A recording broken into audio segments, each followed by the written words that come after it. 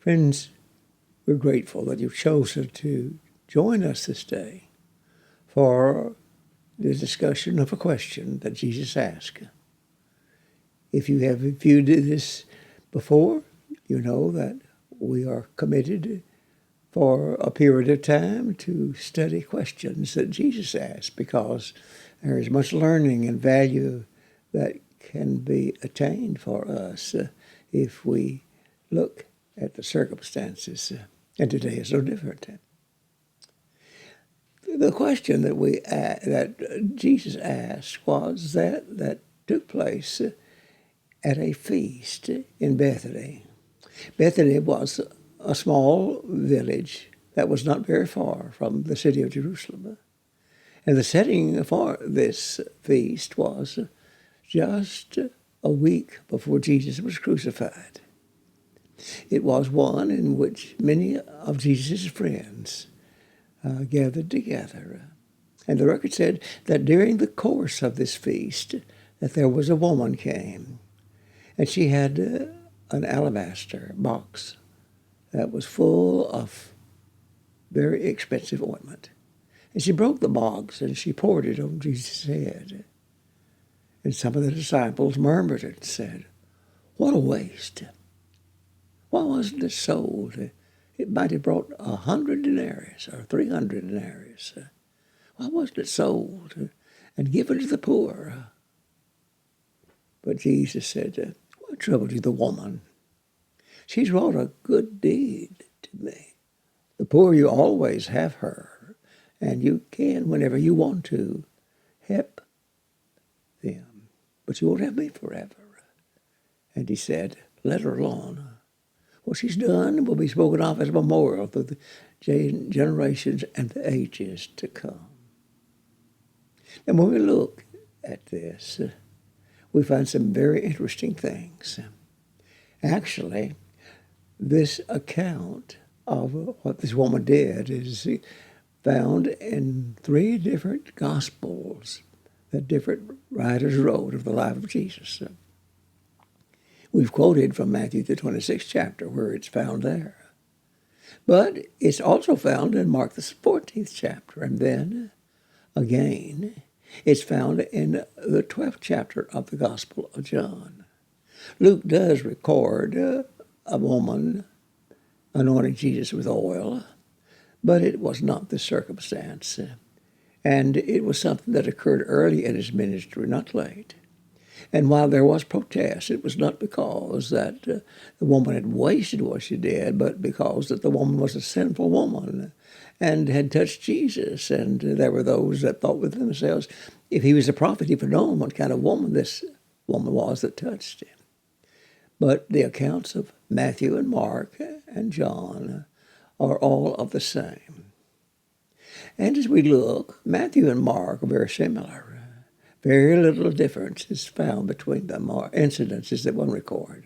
They record basically the same thing. But John, according to the purpose that apparently caused him to write the book, in adding information and adding to our knowledge, was that adds so many benefits as far as knowledge of this. Matthew and Mark do not tell who this woman was, but John does. John tells us that this woman was a woman by the name of Mary. And Mary was of 3 siblings. She had a sister named Martha that was apparently older than she. And she had a brother named Lazarus. And they lived in the city, and they were close, dear friends of Jesus. And John also adds something else. While Matthew and Mark say the disciples murmured, John tells us that the real disciple that was murmuring was Judas Iscariot. And we find that John's comment on Judas's protest was simply that he didn't care for the poor. He was a thief. He was the treasury of these. And John said that he took what was put in the bag. So what he wanted was things that would benefit himself. But whatever, we find that John added these details, and they add much to our understanding of it. When we look at this circumstance, we find that Martha and Mary and Lazarus were all at this feast. Lazarus was one that was at the table. He was one of the guests. Martha was helping to serve, and the woman, Mary, was the one that brought the gift.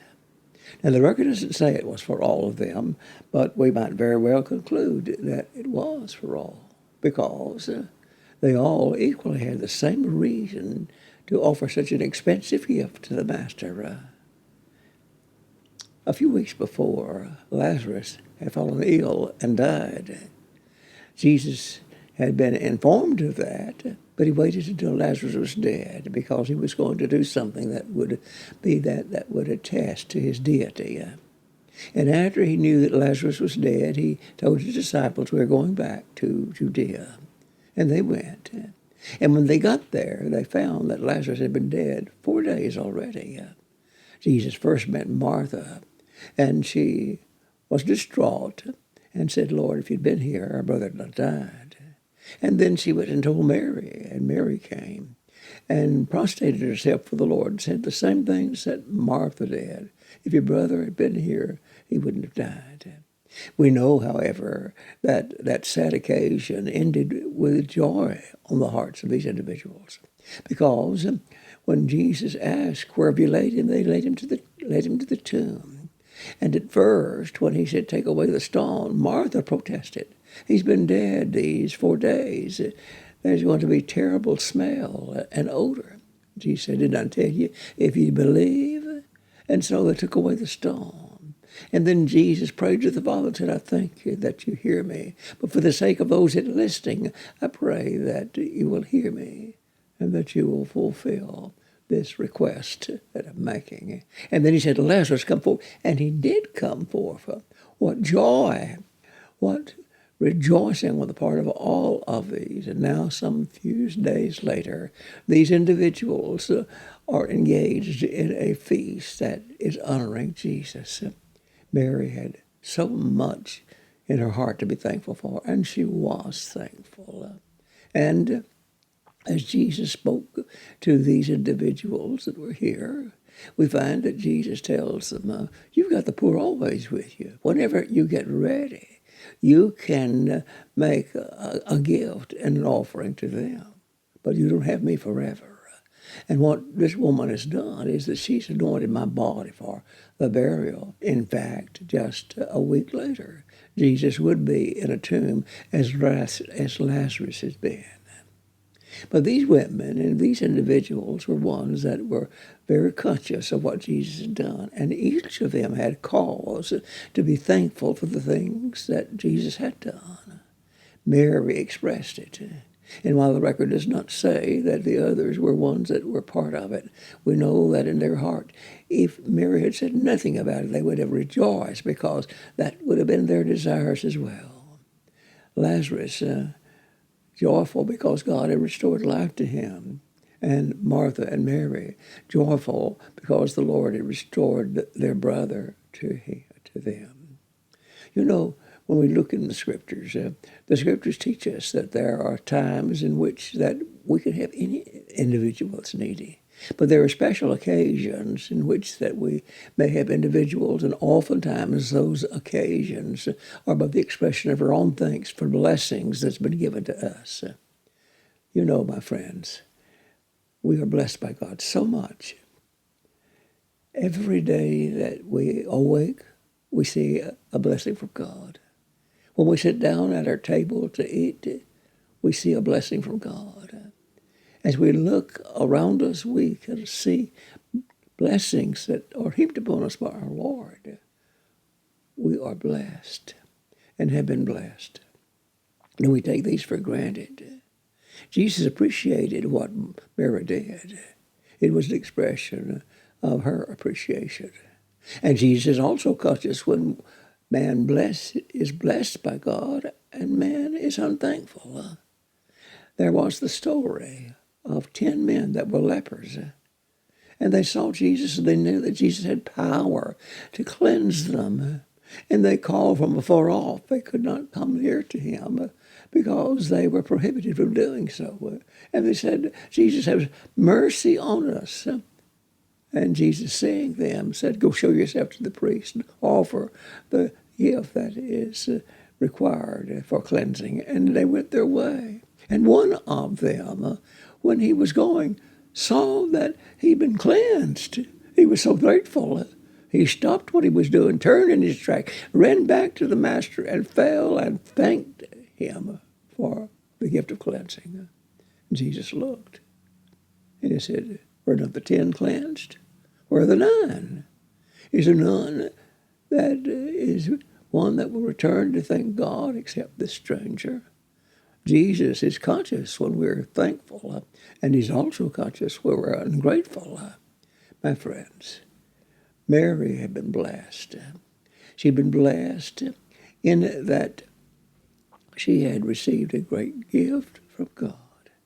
And no gift, whatever the cost of it, could have been sufficient to repay the Master for the things he did. Let us remember that Jesus said that the thing that this woman has done will be told of her for memorial from now on. And it is. It is a memorial that reminds us we too have been blessed, and a memorial that reminds us that we should be thankful enough to thank God for the things he does. God sees that, and God is pleased when we do so. Thank you for listening.